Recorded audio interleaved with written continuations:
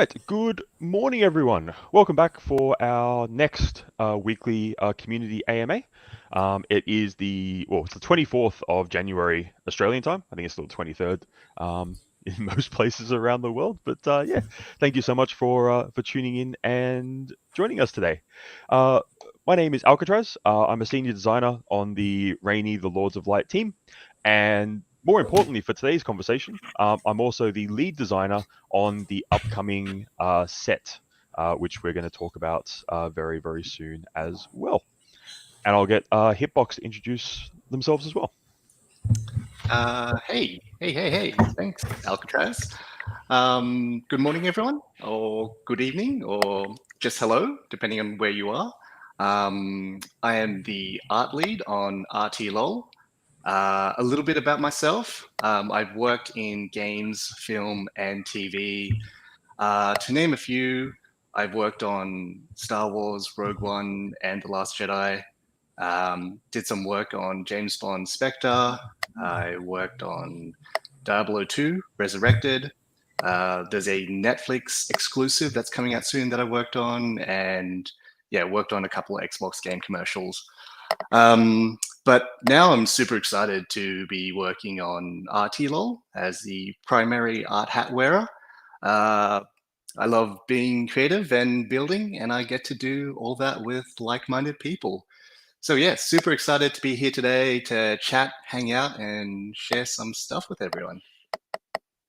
I'm always super jealous when you get to talk about your portfolio, because before I joined the Raini Studios team, I worked as a consultant. So there's a bunch of games coming out that I've worked on, and I can't talk about any of them, which is super annoying. But anyway, yeah, Draz, if you'd like to do an intro. Good morning, everybody. Just Draz Nebar here. I'm just a community member, but helping the team out by collating all the questions as they come through the various YouTube, Telegram and Discord, and read them out just to keep the guys on track. But they'll be doing all the answering of the questions. I just sort of read them out for them. Thanks, guys.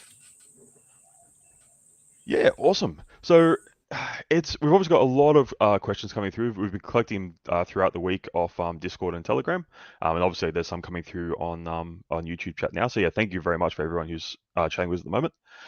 We do also have a special guest joining us this morning. I'm going to try and add him in. I think he might be having some mic issues. Hey James, can you hear us? Yeah, I hear you just fine. Just trying to get used to this platform. I haven't used StreamYard before. All good, man. Yeah, would you like to give a quick intro for yourself and I guess also explain to our community who Bluemint is and why we're super excited to be working with you? Yeah, sure. My name's James. I'm just kind of getting into where I usually do my spaces, but I'm the tournament director for Bluemint. We're a tournament hosting platform, and the team here reached out to us trying to find a better place to do tournaments and host tournaments. And so we're very excited to be hosting the game and hosting a tournament here soon with you guys. We're in the works of planning it and getting the details hammered out. So it's very exciting. Yeah, and obviously we've done 3 mediums this week, so a lot of information we've been dropping on our community. But probably specifically for Bluemint, the big news obviously is we do have a tournament coming up this weekend. It will be 11 a.m. Eastern Standard Time, so US time on January 28th. The actual time there is actually a little wrong. It's 3 a.m. For our Australian contingent. I'm pretty sure that will just be myself, but yeah, so 11 a.m. EST will be our first tournament that we're going to be hosting with Bluemint. So James, can you give us a bit of an idea of what the process is going to be like in terms of for players to sign up and register and stuff like that? Yeah, absolutely. We are a tournament hosting platform, so you'll be able to come to our site. We should have a nice page for you guys, showing your graphics and showing your game and everything. And you'll be able to select a tournament. You can register right on that tournament. You will have to create a username on the Bluemint platform. But once you're done that, you can just go in, you register your tournament. It's nice and easy. And then before the tournament, there'll be a check-in time So we ask that everyone checks in so that we can formulate the brackets properly based on who's actually going to participate. Because there's usually when people register days prior, a lot of them don't show up on tournament day. So we try to have that final check-in so that we have correct brackets and we don't have to go through and kind of disqualify people that didn't show up. So we have a really nice setup. We also, if anyone is planning on streaming the tournament on Twitch, we can get their handle and they'll be right up on the tournament page, and people can just view your stream right there or open it up and go straight over to Twitch. Yeah, perfect. I know we've obviously been really excited in the last couple of days. We've been announcing some of the upcoming things we're working on alongside our partner Avalanche. Are there any other Avalanche titles on Blue Mint that our players might want to check out? Actually, yes. Meta Ops is a first-person shooter, which, funny enough, I'm the tournament director for them as well. But they just partnered with Avalanche, and we just had a couple of tournaments with them on the Blue Mint platform. Yeah, awesome. I know I've been chatting with some of the team over at MetaOps. They're excited to start playing RTLOL, and yeah, I'm definitely excited to see if our community can go over there and beat them at their own game. But yeah, thank you so much for that. And yeah, we're definitely very excited to have our tournament up on Blue Mint this weekend. So if you haven't checked out their website, please feel free to go over there and do so. And yeah, when we have all our sign up stuff ready to go, we'll get all that in there as well. Yeah, we should hopefully be able to show off your page. We're hoping for tomorrow to have your page and have registrations up. So Yeah, as you know, we're finalizing stuff hopefully tonight, and we should have all the details and everything ready to sign up and register. Hopefully sometime tomorrow. Yeah, perfect. That sounds really good. If our players want to follow Blue Mint and find out more about them, where's the best place for them to go? Right on Twitter, it's Blumint, BLUMINT, and then I believe it has an underscore is the Twitter handle. But you can go right to blumint.com as well, and you should be able to get on Twitter and Discord straight from there. Yeah, perfect. Awesome. Yeah, thank you so much for popping in and joining us this morning, James. I know it's definitely not morning over on your side of the world at the moment, but yeah, definitely very, very keen to obviously collaborate on this upcoming community tournament. And obviously, I mean, I've seen some of the questions coming through from our community. They're pretty excited about some of our other upcoming tournaments as well. Yeah, it's going to be fun to host them. Having a game like yours is going to be really nice. We're really kind of focused on the first-person shooters right now. I said focus, but that's really kind of what we have for offerings right now is a lot of the first-person shooters. So having a different genre of game is going to be really nice. Yeah, awesome. Yeah, it should be definitely really fun for us to do. And obviously, the other thing that our community is very, very excited about at the moment as well is I've been teasing and dropping little hints about all the the next set of cards that will be coming out. But and this is obviously why Hitbox is here with us as well today. Is we're actually about to reveal the first two cards that they'll see in the next set. So the next set that will be released for RTLOL is called the 7 Deadly Sins. It will be dropping in February. We'll get an exact date out very, very soon. We'll be announcing the exact date in the next couple of days, as well as how we're planning on doing the distribution of packs for this new set. But yeah, what do you reckon, everyone? Do you reckon we should reveal some cards to our players and have a bit of a chat about them? Yeah, that's absolutely. Cool. Here we go. This is the first two cards we're revealing for the 7 Deadly Sins. I should have queued up some like fanfare music or something there. Cool. Get a drum roll going. Yeah. So yeah, probably what we'll do is I'll have a quick chat about these cards, I guess, from a design perspective, and then Hitbox. Yeah, I'd love for to give you a chance to talk through some of the art and some of the design stuff, because as some of our community members have noted already, we've been dropping some of the art as little like teaser spoiler things. It is a slightly different art style to what they're used to from the Genesis set, like the current cards that are live in game. So yeah, we'll have a chat about that as well. But yeah, so here we have Lust on the left. This is our red legendary. Quite a heavy investment in red. 5 red gems, 5 colorless gems. Overkill pumped, so feeling very much like a typical red legendary. And the ability, power plus 100 when attacking Chastity.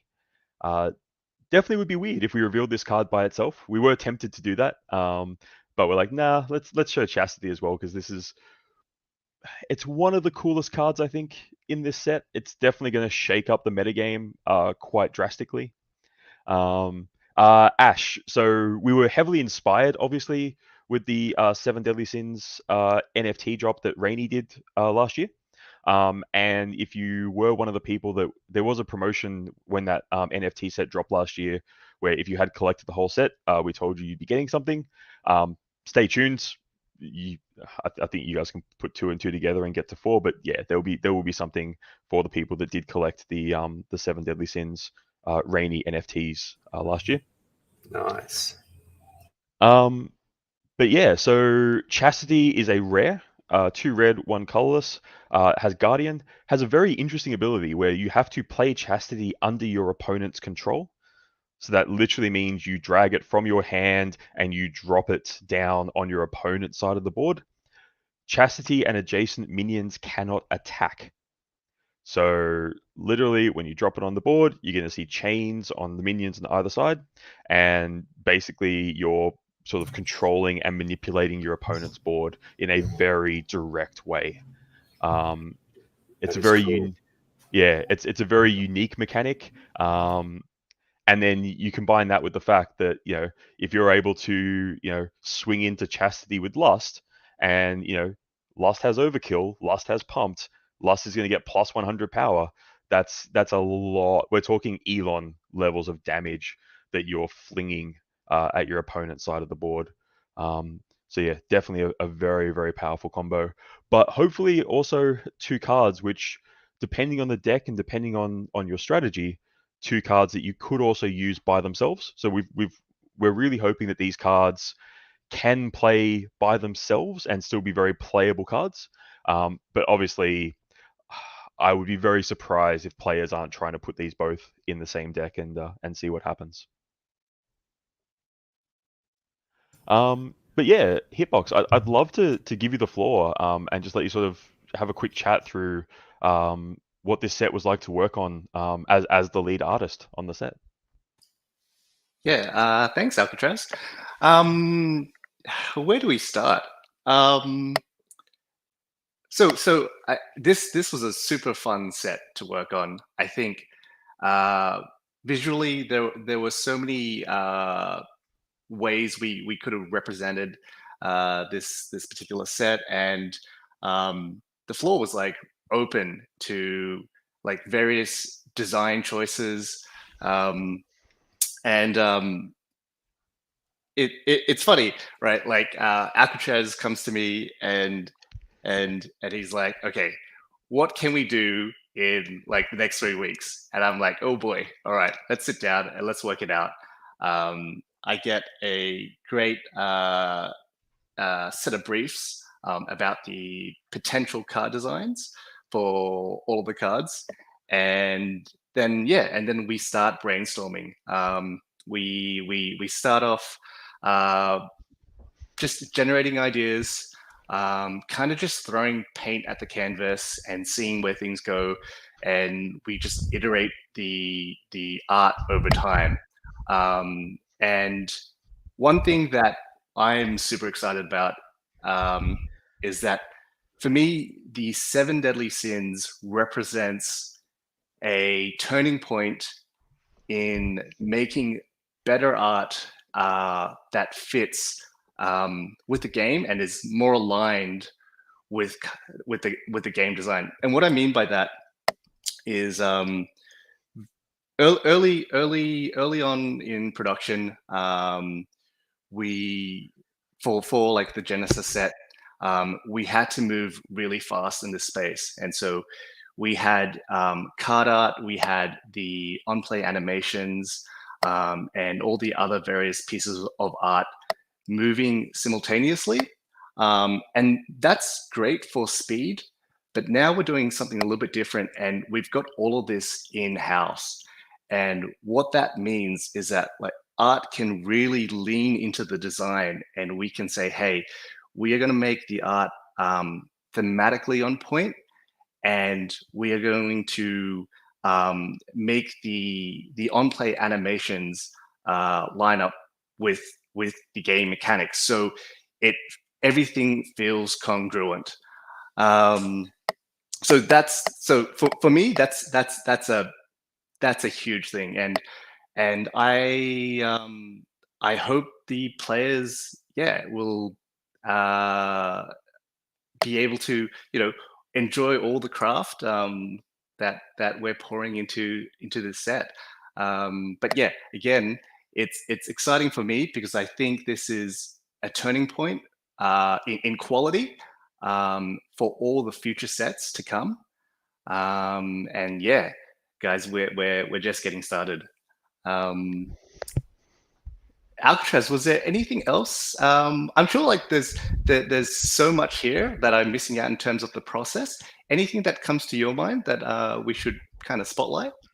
I know the big thing for myself working on this set was that really close collaboration we had between design and art, where there's so many subtle details that yourself and the art team have captured in the art for these cards, and as you were saying, it really does represent what we are hoping to be our process moving forward, where the goal, especially from a design perspective, the goal being that you should be able to look at any card, regardless of what, like, you should be able to look at any card, you should be able to instantly recognize what color the card is. Hopefully you have an idea about what the mechanic or the ability could be. For example, it's not a coincidence that Lust has fire in the background that when you have it in game looks very similar to the fire we use to represent Overkill. It's not a coincidence that Chastity is surrounded by these flowing chains that we're most likely going to be using for the effect of showing which which minions next to her can't attack. So yeah, having that sort of really close working relationship between the two, it's been an absolute pleasure to work on this set, and hopefully, by getting this process really down pat, it really means that we're going to have just amazing looking visuals as we move forward, and that really nice cohesive design between design and art, and obviously following through to our ridiculously good development team who obviously then get the actual hard job of making all this work in the game and figuring out. Actually, I want to give a shout out to our QA lead as well. They fired. God, I don't even know how many questions that was yesterday.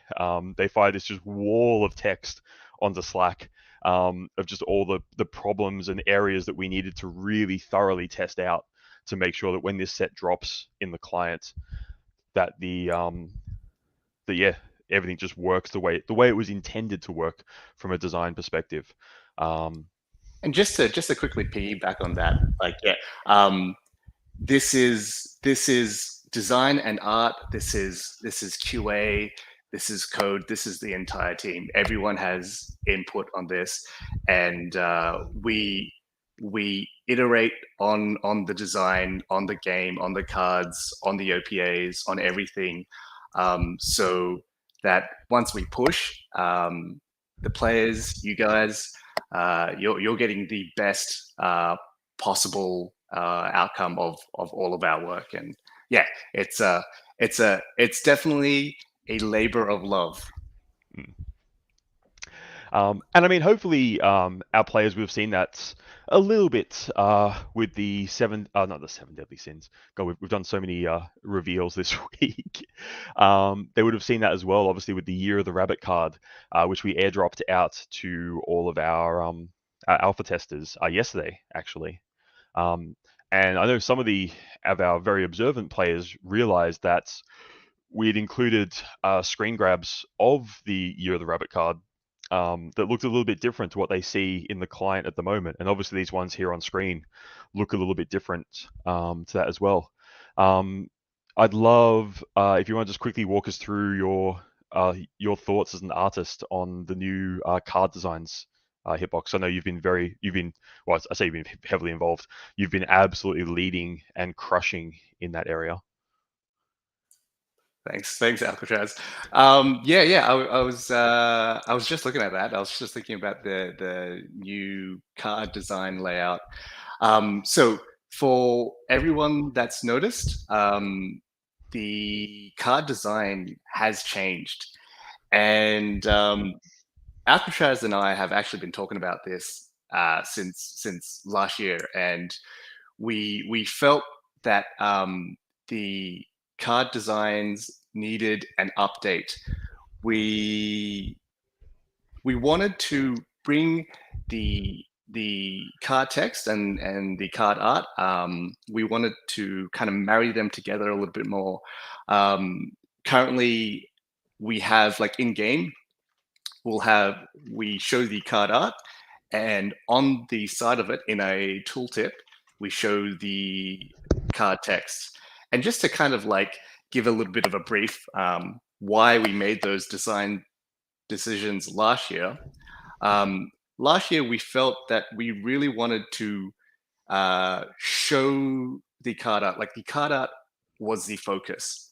And we explored some designs, and at that time, we felt that layering the text over the card was taking away from the beautiful card art. But last year, we circled around and we're like, no, there's definitely room for improvement here.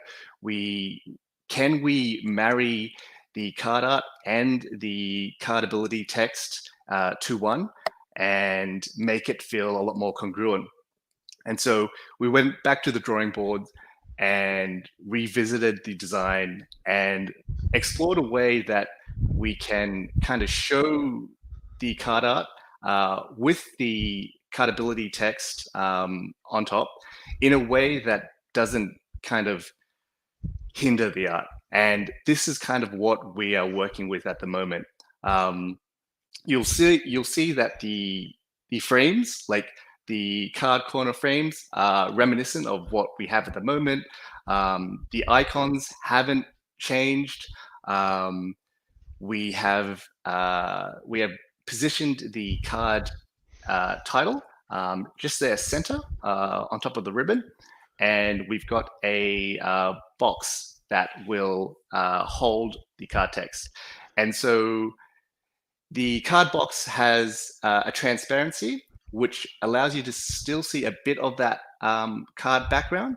So the idea there is that, we're not fully occluding the card art, and we're still giving more than 50% of visibility to the card art. Something new in the top right-hand corner is the rarity icon, which I believe we're going to show this in the deck editor. So the rarity icon will show you if you have a mythic, a legendary, a rare, uncommon, or common card. And if you look even closer, you'll notice that around the lateral edges of the rarity icon is the 7 deadly sins framing. And this is something that we're looking to do moving forward, is kind of labeling the card drops with a graphic that is kind of tied to the card drop. Was there anything else that you wanted to add to that, Alcatraz? The only thing I want to point out is just like publicly give a huge shout out to yourself and the team that has worked on this design, because it looks, I think everyone in chat right now would agree with me, it looks amazing. And just also really call out just the level of attention and detail that yourself and the team have gone through in this sort of design work. Like you mentioned, obviously, how we have the card name now in the center of the card. I know I've seen about at least four different ways of actually putting that name there in the middle. Like there's been so many different iterations and just really working through every sort of permutation to just make sure that everything has the sort of the level of of detail, the level of like love and care that all of us are happy to sort of put our names against and sort of really stand behind as a product. So yeah, definitely think the cards look absolutely amazing. And honestly, this is the first preview that we're doing for Seven Deadly Sins. Like, there are so many cool cards coming up in this set, and I can't wait for you guys to get to see all of them and get to play with them as well. Yeah, thank you. I mean, it's been a super fun process, and yeah, definitely for me, if we can improve the game for our players, I think, yeah, that's just a huge win for the entire team, and it's a lot of fun. I actually can't wait for everyone to see the rest of the cards. We've got a killer set. It's a turning point in the quality of what we're doing. Everything is coming under the Raini Studios banner now, and it's going to be. I'm excited. I'm super excited. Yeah, cool. Yeah, so like I said, we'll post the high res version of that in Telegram and Discord, and I'll throw it up on Twitter as well pretty soon. Obviously, we are going to be revealing more cards. At the very least, we'll be revealing new cards every AMA between now and when the set comes out. So yeah, definitely tune in for these AMAs if you're around, or watch the videos, the recordings on YouTube. And yeah, we'll drop some more previews, and yeah, as soon as we have the details locked in for the actual release, then we'll announce that as well. But cool. Yeah, Draz, do you want to start going through some of the questions from the community? Yeah, most definitely. We're going to start with the YouTube ones, the ones in the actual AMA here. And I'll move on to ones that I've got from the Telegrams and the Discord after that, if that's cool. Yeah, of course. So we'll start with GM Gaming. That's George. First one, I suppose, in order. Will the next infused NFT is it going to be more powerful than the previous infused? The previous infused was said to be the most powerful one. That's a good question. I will need to check with the platform team that looks after. So obviously, both Hitbox and myself are most heavily involved with the actual like Raini, the Lords of Light side of Raini Studios. So yeah, the actual questions around the Raini NFTs, I'll have to get back to you on that one. But I'll get you an answer to that, and I'll post it on Telegram and Discord. Excellent. What I'll do is I'll flag the ones that aren't fully answered. I'll give you a list at the end of this, and then we'll, like you say, we'll get them out into the channels for people to see. Oh, sounds good. Next one, George again. I noticed the launch pad was removed from the roadmap. Has that been removed completely? If yes, shouldn't we have been notified not to expect the launch pad in the future? So this is an interesting question. The launchpad concept is, I guess, evolving at the moment. Obviously, when we announced the Raini Studios rebrand, I think it was about a week ago that we did that. We also announced that as part of that rebrand, not only were we going to be working on RTLOL as our flagship title, that we also have other titles which are both in development with Raini Studios and will be published from Raini Studios.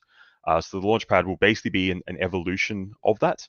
And as those other titles get closer to being in a point where they can be public facing, so where we're getting close to, say, like closed alpha, or we've got more stuff we can sort of reveal about those games. Obviously, with some of them, especially the ones that we are working on with partners and we're acting in more of a publishing capacity, the timeframes will very much be dependent on their side. But yeah, as soon as we're able to give more information on those, we absolutely will. Fantastic. Any updates regarding the RPG from Lords of Light that you can provide? And how will land ownership be achievable? And in what way will it benefit by owning, I imagine, one plot of land or multiple, if that's possible? Yeah, cool. Yeah, the RPG, the only I guess only real update I can give at this stage is it's still in development. As all of the Raini community know, who have been with us since from the early days. And I know George obviously has been around since almost day dot. game development takes time. It's the unfortunate truth of what we do, and hopefully when you see things like the Seven Deadly Sins reveal and stuff like that, I'm hoping it's also apparent that as a studio, we are never going to put out a product that we don't believe, one, will be successful in the market, and two, doesn't reach the level, like the standard of quality that I hope our community will hold us to as much as we will hold ourselves to it as well. We're not here to mess around. We're not here to put out a subpar product. We're here to put out like really top tier quality games. And I know I've said in Telegram a bunch of times, like my goal is to be designing sets for Seven Deadly Sins in 10 years. And we're doing everything we can to put ourselves in a position to do that. So yeah, we don't have much we can update at this stage with the RPG, except that it is still in development. And as soon as we do have more things finalized around, I guess, land ownership, tokenomics, that sort of thing as well, then yeah, absolutely, the community will be the first to know. Excellent. I mean, I haven't been in TCGs really since, well, at all before Rainy, but I love the way that this, like these mini sets that you got here, the Seven Deadly Sins. I mean, it's I imagine a collector's dream to be able to collect a tiny set that are all sort of linked within the full set of cards, not only by their color, but by their commonality on, in this case, like Seven Deadly Sins. Fantastic. Actually, I can expand on that a little bit, actually, because this was actually something that we were chatting about with some of our strategic partners, where one of the big things that I feel set us apart from some of our other competitors in the TCG space, and when I say competitors, I'm referring to MTG Arena, Pokemon TCG Online, Hearthstone. Like that's who I see as our competition. And one of the really big things that I believe we have an advantage in that regard is we have the ability to be much more flexible and much more nimble and much more agile, to coin a phrase from my old consulting days, in what we do. So, for example, the Seven Deadly Sins set. I mean, there are seven deadly sins. I'm showing you 2 red cards here. There are 7 colors in RTLOL. I'll let you guys try and figure out how many cards are going to be in this set, but it's not going to be the same size as Genesis, as an example. That's not to say we won't do sets of the size of Genesis. Internally, we're working on a set that's codenamed Set 3, which is actually bigger than the Genesis set was. So I guess what I'm trying to say is we have the flexibility to sort of mix up how big our sets happen to be, how often we actually release them, right down to, as an example, we can drop an individual card like we did yesterday with the Year of the Rabbit card. So there will be a variety of ways that we are releasing cards for the game as we move forward.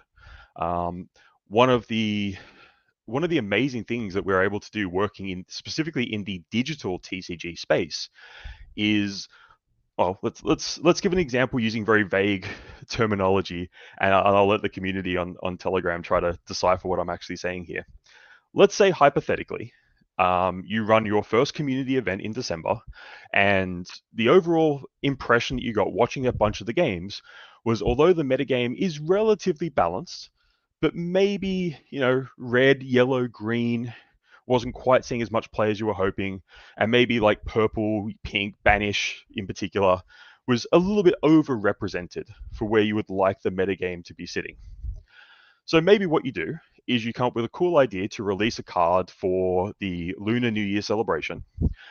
Maybe you call it Year of the Rabbit, and maybe that card just pumps out a bunch of small minions all over the battlefield.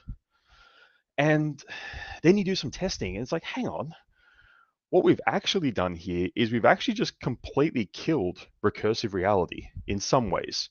Recursive reality still works, but it's so much harder now. You've got to really be thinking through how you're going to work with that card.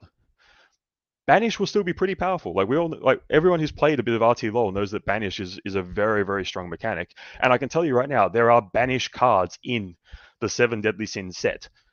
There is a very powerful Banish card, which I know Huncho is going to absolutely just froth at when he sees it, because it just screams abuse me in a combo deck. But yeah, being able to like drop individual cards like that, sometimes with relatively short notice and be able to get them into the game very, very quickly, and being able to use that as a way to tune and adjust the metagame and not actually need to do what other games do and drag out the ban hammer and stuff like that.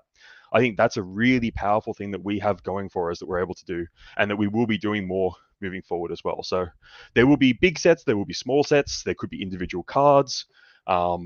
They may be mints, they may be released in collaboration with some of our partners, like we're doing with, say, Chubbyverse. Yeah, so lots of different ways we're planning on keeping things fresh in the metagame. Awesome. From George again, what kind of in-game shops will there be in the Lords of Light, and what can we craft in the game? That's 2 questions there from him. Yeah, I'm gonna have to restrict George to one question moving forward. Although I know he'll just like put them all in one message if I do that. That's right. One big question. In-game shops for RTLOL. So obviously with RTLOL, you're gonna have the stand. Well, I mean, probably not like an in-game shop per se. You're gonna have the standard way that at the moment our community is collecting what we refer to as our digital collectible cards. I don't like using the term NFT. No one outside of Web3 understands what that means. But if you say digital collectible, that makes it a bit more accessible to people. So we'll still have obviously our digital collectibles like we have now. We are planning on introducing ways for people to have access to cards that maybe aren't able to collect all of the digital collectible versions of the cards. But we will be doing that in a way that won't affect the secondary market in any way. And again, when we have more details on that to share, we'll be sharing them. Awesome. Michael JNZ, how many own cards will we need to get max rewards in the game? Will you need the full 40 plus the hero, or less than that? Cool. That's a really good question. So there's almost 2 sides to this question. There's obviously, I guess, looking at this from a tokenomics perspective, and this would be referring specifically to the play and earn style ecosystem that obviously is being developed around our digital collectibles and the upcoming Photon token. At this stage, and I'll preface this by saying that a lot of the tokenomics are still very much up in the air. We're still trying to lock these down. We're running a bunch of like data simulations to work out basically what happens to the economy, to the value of the Photon token and such, with different strategies that we're looking at. So obviously making sure that we balance it out and we don't do something that leads to, say, hyperinflation of that token is a very important thing for us. At this stage, in terms of the play and earn economy, you won't need the full 40 cards in your deck plus the hero, but to unlock the most rewards, you would need to have a significant number of digital collectibles and the hero to be able to do that. So keep in mind that we've obviously got like base cards, which see play in most competitive decks. If you're thinking about like the light infusions or even like yield farming. So we didn't want to make it like 40 cards because that actually can be a detriment to your ability to put together the best constructed deck. But yeah, if you are serious about the play and earn aspect of our tokenomics design, then yeah, you're probably going to want to have a good number of cards in your deck be digital collectible based.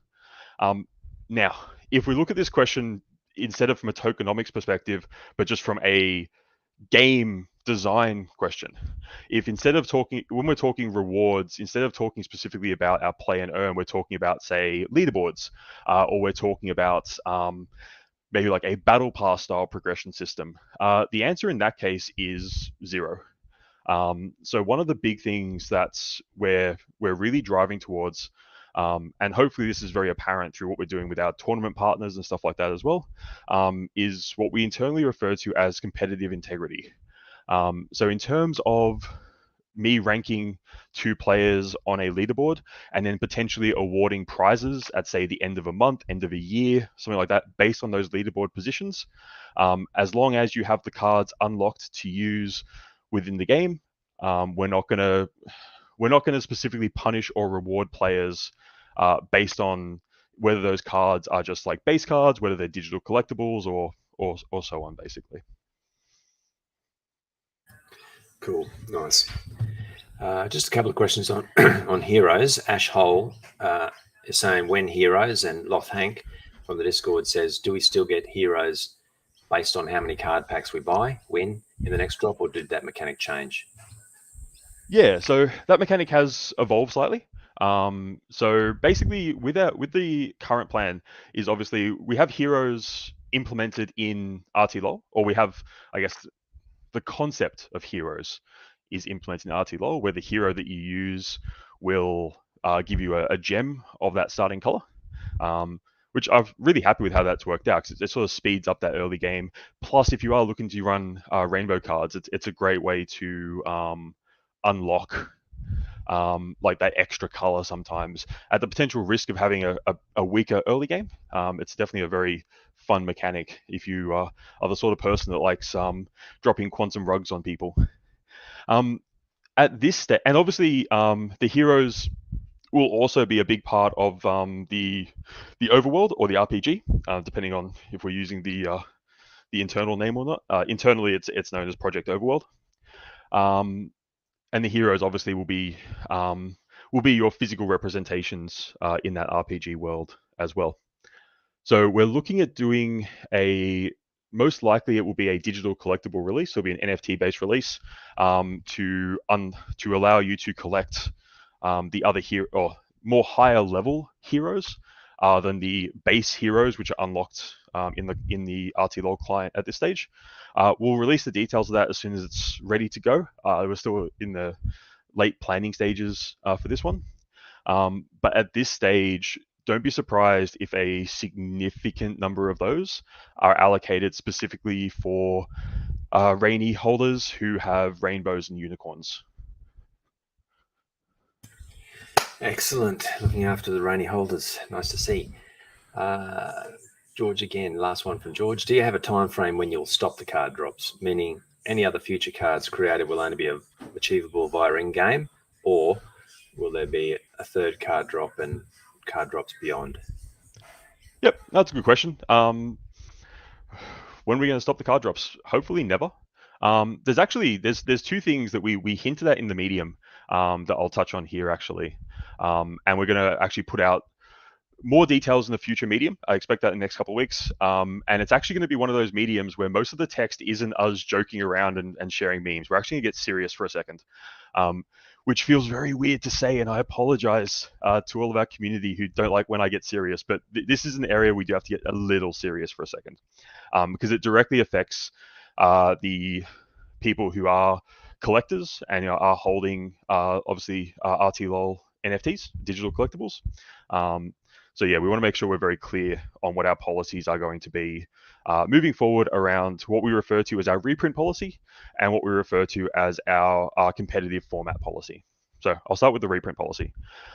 Will we continue doing card drops as NFT packs in the same way that we did with Genesis, the same way we're going to do with 7 Deadly Sins, and we'll do with other sets moving forward? Yes, we're going to keep doing those. Will there be a way for players to have access to those cards both either via NFTs, and obviously with the NFT versions you'll get additional rewards, or will there be a way to unlock those cards within the client themselves in more of a free-to-play sort of way, which is obviously really important because we want to make sure we're being as accessible as we can be to have as many new players able to get in and enjoy the game. Yes, we will have a system set up for that.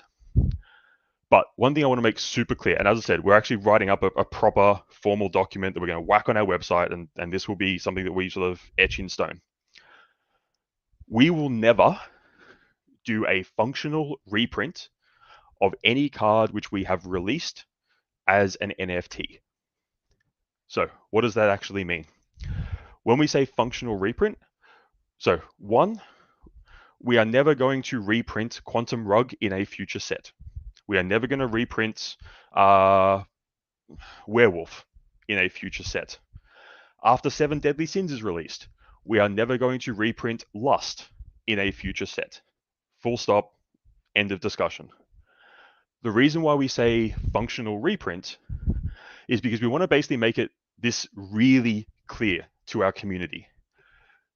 When I say we will never reprint Lust and we'll never reprint a functional reprint of that card, there will never be another card released which has a casting cost of 5 red gems, 5 colorless gems, 100 power, 100 HP, overkill pumped, power 100 when attacking Chastity.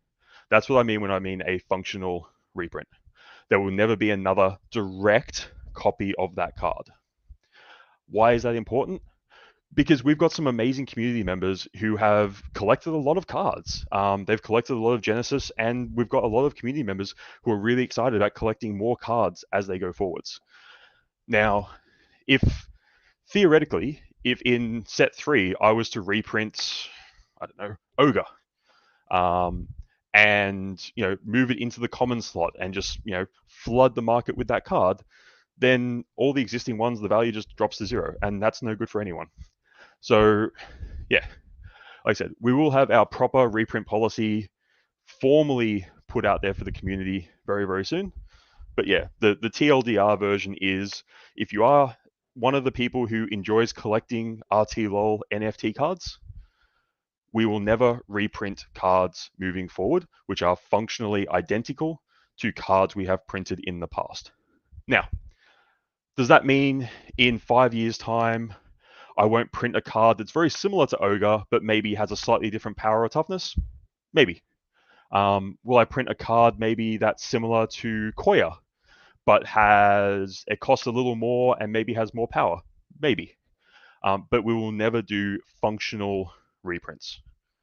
So yeah, hopefully that sort of helps answer why we can continue doing card drops. And let me get to the second part of this now as well. So, yeah,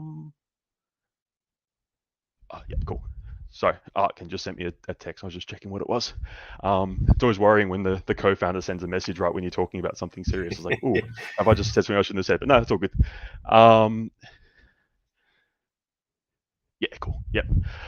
Yeah, so the second part, our competitive format policy. So anyone who's played a bunch of TCGs in the past will know that most TCGs implement something, most games call it like a standard format, where you can, in their most common competitive formats, you can only use the most recent X number of sets, whether that's the last year, the last 2 years, the last 5 sets. Like a bunch of games do it differently, but the general idea is they do this for 2 reasons. One, they're trying to make you keep buying new packs. Cool. They're businesses. We all have to, put food on the table. Cool. I get that.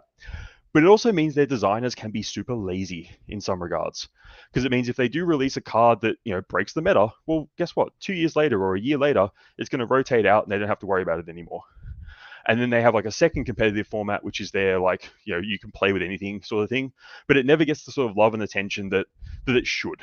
And where this really hurts players, and the reason why we are taking a different approach for ourselves, is if someone, for example, I'm sure there are community members who have collected Genesis cards, and for whatever reason, life happens. Maybe that player has to, stop playing RTLOL for weeks, months, potentially years, and they come back in 2025.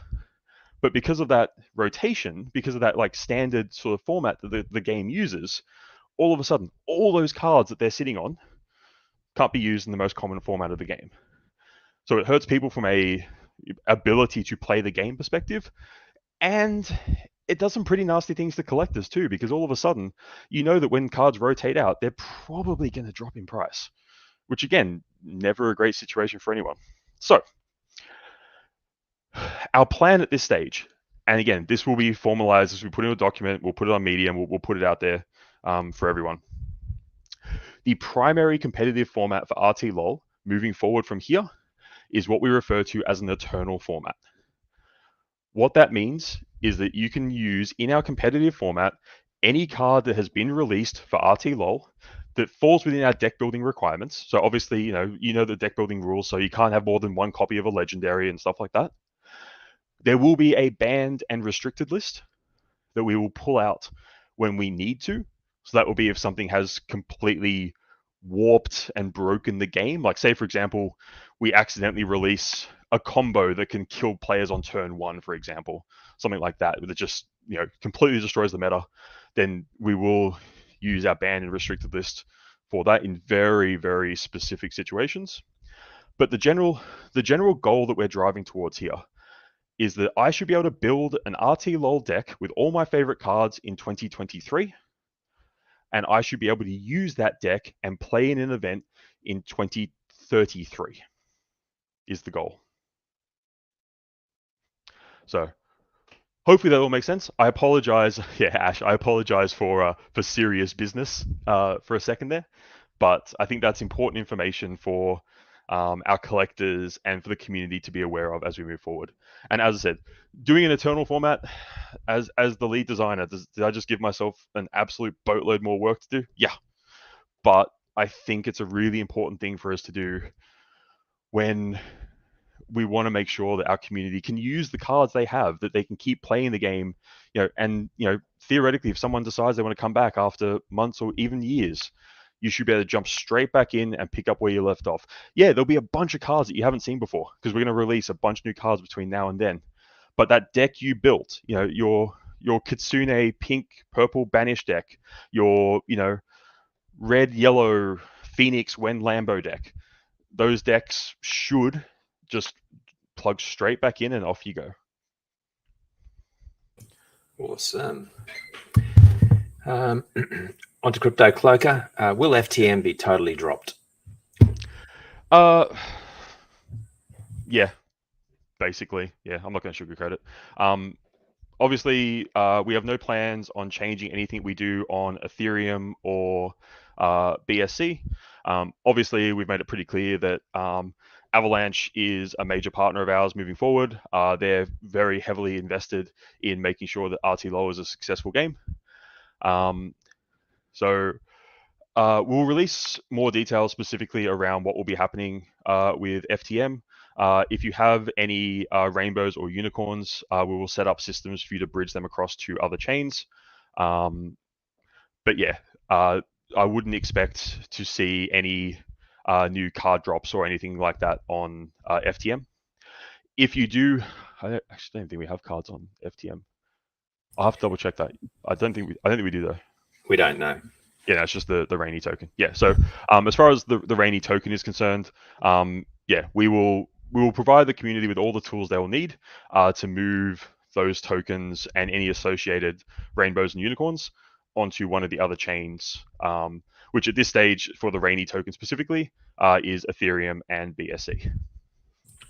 We do have the golds and chroma NFTs on FTM, so we'll have to relocate them at some point, I imagine. Yeah, no, we will 100% take care of that, and we'll make sure that any digital item you have on that chain through Raini, you'll have the ability to move them to another chain that we do support. Nice. One from Buck Muskie. Do the Genesis cards have some sort of in-game advantage? Sorry if that's been covered. He just joined. Or she just joined. No, it's a great question, Buck, and welcome for jumping onto the AMA. I hope you're enjoying it so far. What sort of in-game advantage they have? Have you played against Ivan on Tech? That card has a lot of advantage at the moment. In terms of what advantage will Genesis cards have, they are some of our most iconic cards. They will always be some of our most iconic cards. They are the benchmark that we design cards against. If you look at Lust and you look at its cost, you look at how much damage it does, and you look at how it plays, and then you look at the other red legendaries that were in the Genesis set, you will see a lot of familiarity there. So yeah, and again, with our reprint policy that we've announced, hope this might actually sort of relate to this question here a little bit as well. If you are one of the people who have collected a Quantum Rug, a Chad Rainey, a Satoshi Stacker, cool. We're not going to reprint those cards. Like what you have now, that is it. So as we move forward, if people decide to sit on those, they're going to be harder to get. People decide to sell them, well, they'll be out there. But yeah, there won't be any specific in-game advantages or disadvantages based on which set a card is from. But yeah, our goal is obviously with our reprint policy and with our Eternal format, our goal is to make sure that as many cards as possible are viable and playable in-game for a very healthy, sustainable ecosystem. I've been involved, like I've played competitive TCGs now. I actually worked it out for a quarter of a century, and I feel very old saying that.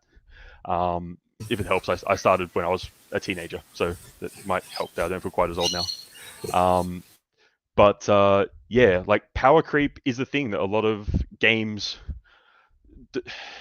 it doesn't happen accidentally. A lot of people assume, oh, power creep, it must naturally happen and designers can't help it. That is rubbish. Designers can control power creep. They choose not to because they want to force you to buy the new cards and the new sets by making the new cards more powerful than the old cards. We're not going to do that. I am going to make the new cards interesting, and we're going to make them, like, look at the cards on the screen right now. We're going to make them just so cool and so fun and so innovative, and add just really interesting, unique mechanics that players will want to play with our new cards. We're not going to force you to have to use the new cards. As I said, I'm hoping in 10 years' time I can host a tournament and someone's going to run a Phoenix Wen Lambo deck. I'm hoping that we can thread that needle and be able to come out with a bunch of really fun, innovative cards that you want to play with, not that you have to play with because we're adding artificial power creep into the game. Nice. I really think Raini Studios, I suppose, your consistency, your ability to measure the new stuff against the old stuff is really, I mean, one of your strengths for sure. Very, very clever team, I think. Just a question from Michael J&Z again. Does the team have a stance on botting or automated accounts? Some games allow it. Some take steps to stop bots. Curious what the team's opinion is. We have no plans to develop bots ourselves, and we will ban accounts that use bots. Full stop, end of discussion. Bots aren't fun. Especially if we're talking about a play to earn or play and earn economy system. You don't want to know that you're playing against a bot. You want to know that you're playing against another human being. We have a lot of ways of detecting that, and yeah, we will ban accounts that we catch botting. Having said that, I'll be clear on this point as well. If at some point in the future we collaborate with a partner to develop what would be referred to as like an in-game HUD, so there's plenty of those available for games like MTG Arena or Hearthstone as an example, where they are giving you easier access to publicly available information. I personally don't have a problem with that. They basically replace you having to have a pen and paper next to you to remember various things about the game that's happened so far. So we have no issue with in-game HUDs, but yeah, as far as botting is concerned, no. And yeah, I mean, sorry, Michael, if you wanted a longer answer to that, but that's our answer. If we end up in a world where we have people actively developing and trying to manipulate our in-game economy and our tokenomics economy through bots, we will take drastic steps to ensure that doesn't happen for the integrity of our game. Excellent. That sounds great. Just a couple of questions here, I suppose, regarding to AVAX.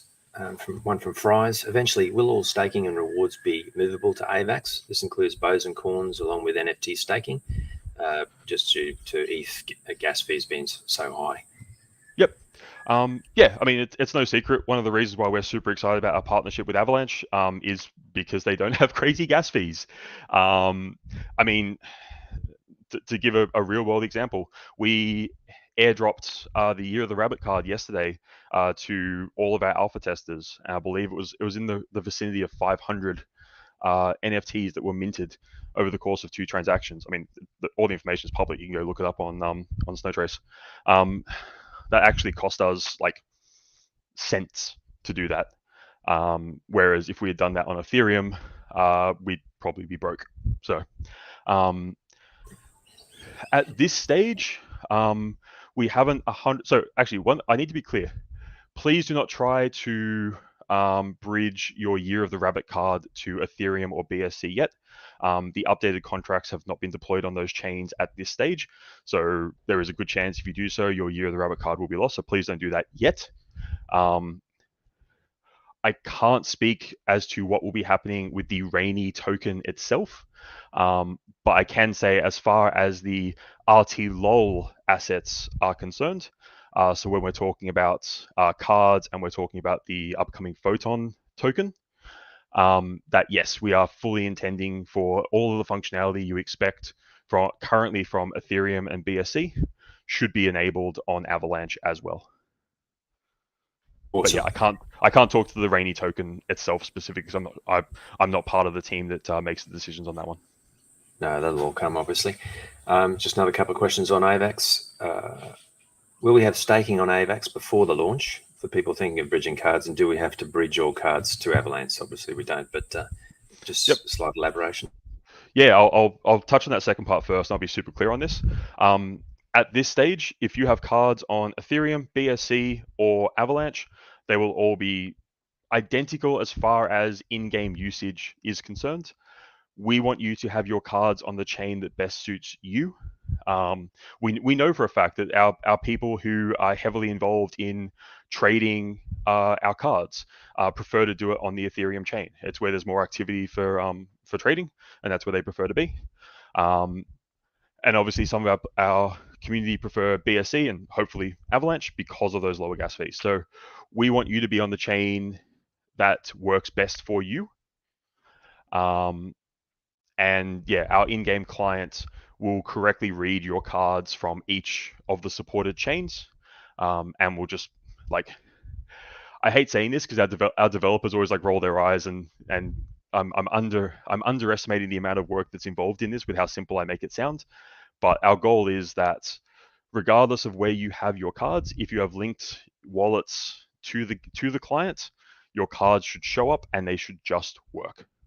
And it's a really important thing because the harder it is for you to interact with our game in any way, shape, or form, the more people just aren't going to do it. So we as the game's developers are going to do everything in our power to make it as easy and as seamless as possible to use your cards. Again, if you've got a Lust on AVAX and you've got a Chastity on Ethereum, you don't care they're on different chains. You own them, and we want you to be able to use them. That's as simple as it gets. And sorry, what was the first half of that question? I just want to make sure that I didn't miss the first half of it. Somewhere, one sec. Will we have staking on AVAX before the launch for people thinking of bridging cards? So I suppose we'll update you soon. As I said, at this stage, we only have the Year of the Rabbit card on Avalanche. We've deployed an updated contract specifically to get that card out. Oh, there you go. Yeah. It costs us about 0.2 AVAX to get the 500 rabbits out there, and obviously distribute them to wallets as well. So yeah, definitely very cool. That's fantastic.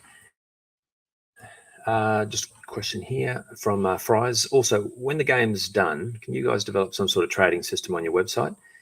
I believe when the game is launched, people want to trade cards that they don't use for ones that they do. I imagine maybe. Yep. Yeah, it's a very interesting question, and I can tell you at this stage, my answer to that is probably no, because we don't want to reinvent the wheel. When we've got awesome partners working with us that enable trading, so I'm specifically calling out JPEGs here in this instance, which fully supports various different ways of collecting, trading, buying, selling, digital collectibles. It doesn't make a whole heap of sense for us to go and put all that work in to literally just give you, hopefully, an experience on par with what they already deliver. But honestly, they're the experts when it comes to that. We're the experts when it comes to making fun games. So we're going to do what we do best and make a really fun game for you all to play. We're going to let them do what's best and give you a platform for being able to trade and sell and all that sort of thing as well. Okay, sweet. What will Raini's, from Denizen DeFi here, what will be Raini's role in the games that the studios are developing? That is, how will the games benefit Raini's price? And I suppose another one from Kishan, how will Raini Studios earn in the future besides the card drops, possibly related to games? In terms of earnings, I'm going to take all my Raini tokens to the casino and pop them all on red. I'm going to I'm just going to do that 20 times in a row, and then I earn the win. Cool. Very responsible. Yeah, exactly. That's what we do, right? Yeah. But I guess I always forget when we're talking about this, I need to actually give some serious answers. Yeah, okay. So our role with the various games that we're working with changes per game. Some of those games we're working in more of a publishing and consulting capacity. So we're helping those teams unlock the full potential of their games because they're doing things that we did 6 months ago. They're trying to work out how to do interesting drops for their games. They're trying to work out how to integrate MetaMask wallets, all those sort of things. So our goal there is that we can sort of leverage our experience for them to uplift their games and just get better products out there in the market. And then with some of the other games, we're actually working in more of a developer capacity. So we are, without affecting the RTLOL team, we're spinning up additional development resources, and we are building more games. How does that benefit the Raini token? Well, I mean, one, it means that it's an additional source of revenue for us as a studio, so we can stick around and keep doing what we're doing, which is never a bad thing. It also has the significant upside of adding more visibility and more people into the Raini ecosystem. If we're going to release mini games or even full titles, you're going to see the awesome Raini Studios logo plastered all over those. Some of the mini games, there are plans in place where not only will they directly benefit the ecosystems of the partners that we are working with to develop those games, but there will be direct onflow of that to holders of Raini or holders of Photon as well. So yeah, and if nothing else, it also benefits us because it means that as we are in a bear market right now, but unlike a lot of other communities or development teams, we're actively growing and expanding what we do. We've been in this sort of let's hunker down, let's keep our heads down, let's develop, and let's create world-class products for quite a while. And I'm hoping the community can sort of feel the shift that's sort of in the process of happening. I mean, we dropped 3 mediums in a week. There's definitely a shift where we've done the hard yards, and now it's time for us to sort of reap the rewards and start pushing out there the things that we've been very hard at work on. And again, that just generally will benefit everyone involved in the Raini ecosystem. Right, that is awesome. I think these AMAs are fantastic too. Really, just so much information coming through from you guys, which is great. Thanks very much for doing this. That's cool.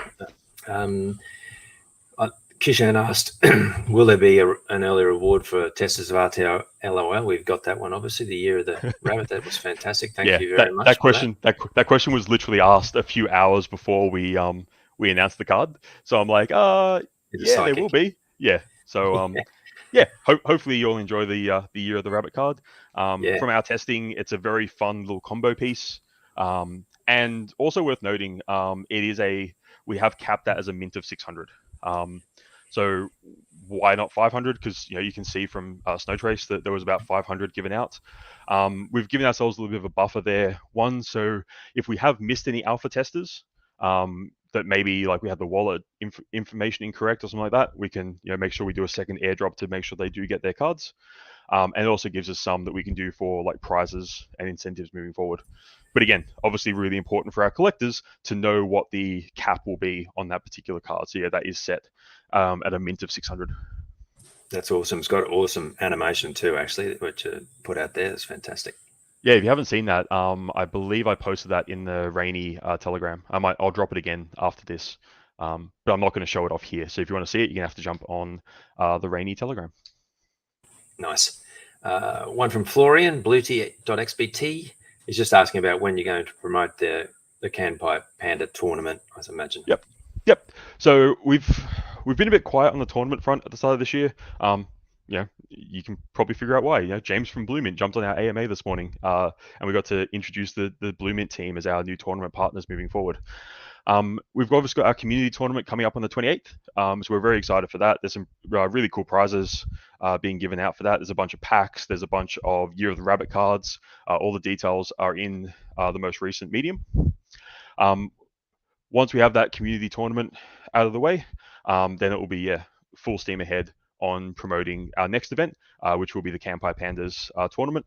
And obviously, the big news from that is the first place prize in that event will be a Campai Pandas NFT, which if you have had a look recently at what they are trading for and what their floor price is a very, very interesting prize. So yeah, that will be that will be a very fun little tournament to be part of. The other important thing just to touch on for these as well, most of our tournaments moving forward will be free to enter. Or if they're not free to enter, it'll be, you know, an entry fee through Photon, or you'll have to qualify through, you know, playing RTLOL or something like that. We have no plans to artificially gate our tournaments, and we're never going to have our tournaments be out of reach of the average community member, because that's just no fun for anyone. Like, I would much rather have a tournament with 1,000 players and be free to play than, you know, have an entry fee and all of a sudden only 100 players can choose to participate. I would much rather embrace our whole community. And at the end of the day, like, you know, you guys have to be good enough to win. So yeah, it'll be good fun. Nice. This has been sort of touched on, I suppose, and answered in the Telegram, but just a quick one on this, because I suppose we're going pretty long. But from Smith Dog, in the beta, will we have access to all cards, or will you be using your own cards? I know they're kicking in our own cards at some point, but if you just a little bit of elaboration on that. Yeah, so I can give you a sort of a very high level overview of where we're hoping to be in, say, the first half of this year. So the team at the moment is working super hard on getting our game converted from the current web-based version over to a standalone version. So that will be available on both Windows and Mac platforms. The big benefit of doing a standalone version of the game is we're not stuck with the current restrictions that we have within a web browser, which, for example, you've only got access to like 2 gig of memory and stuff like that. It also makes the game much more stable, gives us a much more consistent network connection to our backend servers. There's just a lot of benefits of moving to standalone. So that's our current focus. And as soon as that's ready for some testing, we'll definitely get that out there for our community members. After that, it'll be full steam ahead into open beta. That's when you're going to definitely notice a lot of the new visual things that we're working on. For example, the new like card frames that we're demoing or we're showing off here today. You're going to see our marketing efforts really start to ramp up, because that will be the point where we're pretty confident that while there might still be a few bugs, that the game is ready for the wider global audience to get involved and start playing RTLOL. At some point during the open beta is where we will basically switch off everyone having every card unlocked automatically, and you will need to build decks using cards that you have access to on your account. Again, we'll give you plenty of notice when this happens, and we'll outline all the ways that you can like unlock cards on your accounts, how you can connect wallets and all those sort of things. And then, yeah, drive, obviously, the big one, we're driving towards a, during Q2 of a full release of the game. That will be alongside the Photon token. That will be alongside our play and earn mechanics. There'll be, that's where we'll kick in a bunch of global leaderboards. There's a bunch of really cool things planned around that as well. In terms of set releases, so obviously you've got 7 Deadly Sins will be dropping in February. We have set 2 will be coming out, I believe April is the plan. I'll confirm that. It was in the medium, I'm pretty sure. Which is, I mean, it's basically the seasons set. So they're cards that are released within the client at the moment, but they're obviously cards that we haven't sold to the general public. And the plan will be that set 3, which like I said is the code name for a set currently in active design and development, should be in a position where that is launching alongside the full release of the game. And that will be a set of similar size to what you would expect, or maybe a little bit bigger than, say, Genesis.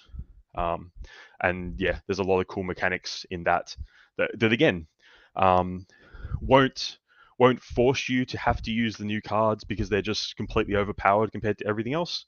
But hopefully they are fun, unique, interesting, innovative enough that you want to try them out and come up with a lot of cool decks.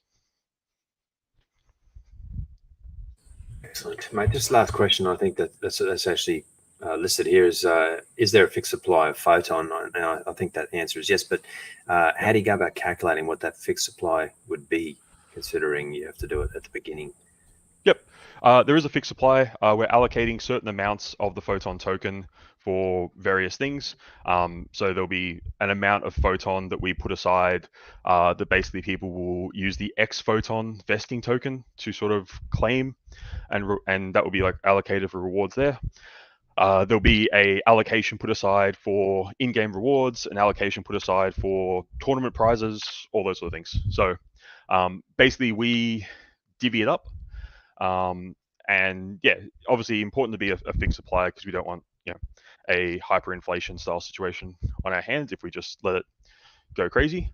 But obviously one of the key differences being that if the photon token itself has significant utility within the RTLOL game and within the wider suite of games being produced by Raini Studios, that also will definitely help to create that sort of demand, which obviously is important for anyone who's done Econ 101. All right, awesome, mate. That's the end of the formal questions, I suppose. So leave it to you, up to you. Yeah, cool. Yeah, went a little bit longer today, but obviously there's been a lot to sort of discuss. Hopefully that was. I know we've hit we've hit people with a lot of information. I'll definitely make sure we get Hitbox on a future AMA to show off more of the art stuff, and maybe even if there's interest in the community, maybe even show off some of his artistic process. Because as someone who I struggle to draw stick figures, like literally my stick figures don't look like stick figures. Like being able to watch a master craftsman at work is always a treat. Yeah, I would be happy to join you guys again for a future AMA. I actually had some screenshots ready to share. I was going to share the process of just how RTLOL has evolved over the year. But I think today has been a fantastic AMA. There was just so much shared today. And I think I'll just hold on to the screenshots for now and some of those videos that I was going to share, and I'll just join you guys again in a future AMA. But yeah, today was great. Just for a bit of fun, do you want to tease just one of them? Which one? The early one, like the very first one? Yeah, right. I'll turn off my screen share. There you go. If you want to. Okay, let me see if I can just grab it. I think this would be really cool for anyone who has seen all our latest gameplay and obviously has played the game at the moment, but may have not been around since some of the earliest. Actually, I think what you're about to show, I think, is before any public visible version of the game. Yeah, so I just shared. Do you have to enable it, Alcatraz? Yep. Yeah, there you go. Okay, cool. So yeah, this is I think this is a very first iteration of the game board. And just a little bit of a brief behind this, we can see the forest side on the left, and we can see the metaverse side on the right. And I think the whole idea behind this was it's the new metaverse versus the traditional magical realms of the forest. And yeah, and this was a very early design that then fed into many iterations to get where we are now. So yeah, there's a lot that you can. What's cool about this is that you can see parts of this concept in the game today. Like you can see the forest, you can see the F buildings and the Bitcoin nuclear power plant. But we've made a lot of changes since then. There's camera changes, lighting changes, and a whole bunch of things that I will share in the future. And we'll go through the entire evolutionary process of what it's like to, to build a game. Is that actually a video you've got there, or is that just a PNG? This is just a PNG. This is Okay, just cool. a PNG. Yeah. Yeah, nice. Awesome. Thanks for that. But yeah, we'll definitely, we'll get you on a future AMA. Because I know there's a lot of cool stuff to show from some of the earliest days of RTLOL. And being able to see it from that right through to, the evolving design that is happening even right now is definitely, well, I find it interesting, but I mean, I'm a game developer. Clearly, I'm biased in that regard. Yeah, we're as you mentioned, the entire team is working super hard on this, and there's a lot that we don't show, right? There's a lot of design decisions that go on, behind closed curtains, and yeah, on a future episode, I think it'll be great to just kind of share that with you guys. Yeah. Oh, I mean, in the future at some point, I'll go through some of the designs for Seven Deadly Sins that didn't make it into the cut. Like there was one of the blue cards I designed that just completely not only broke the game from a balance perspective, but our developers actually pushed back and said, yeah, no, you can't make that card. Like it's too stupid. So yeah, there's of all the cool cards that you get to see. I'm gonna put them back up on screen because they just look awesome. There's many cards that, for very good reasons, will never see the light of day. But cool. Yeah, thank you. Thank you for everyone who hung around. Thank you so much. I can see Ash is still in the chat there. Obviously, it went a little bit longer than what we were planning. But yeah, we've dropped a lot of information out there for our community in the past week or so. And yeah, obviously want to make sure that we're communicating and yeah, giving you guys answers to the questions that you have. Have a great week, everyone. We'll catch you back here next week again for another community AMA. So same time and yeah, same place. Yeah. Thank you. Just a quick thank you to Draz. Thank you for fielding the questions and all the community support. Thanks Alcatraz for doing these AMAs. They're super great. Quick thanks to the entire team of coders, designers, QA, audio engineers, and artists, and a big thank you to all our Raini supporters. We appreciate all the testing, all the social activity, and I love seeing all the engagement. So yeah, thank you so much. Cheers. Thanks, guys. Have a great week, everyone. We'll chat soon.